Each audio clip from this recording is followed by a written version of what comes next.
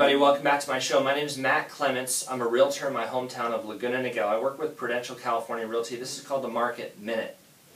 So today I'm going to have a little discussion about inventory.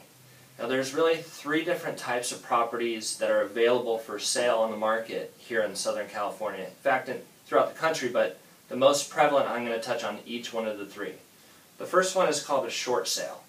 And most of you know what that is. It's when a seller sells for less than what they owe, but those are not going to last forever.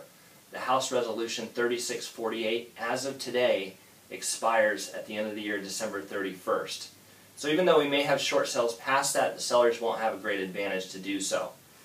The second type of property is called an REO, which means real estate owned.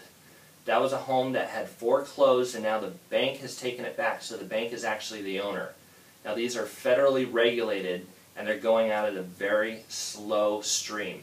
So you're not going to see a lot of REOs on the market or foreclosures on the market at this time. So what you're going to see mostly is called a standard sale. We call it an equity sale in the industry. This is just a regular seller who has equity to take out. It's about 70% of all of our properties are these equity sales or standard sellers. These are your best option. Especially moving into the holiday season, we tend to get better values for the buyer, and we have sellers that are really ready to release the properties right away. That's Market Minute. Thanks for watching my show.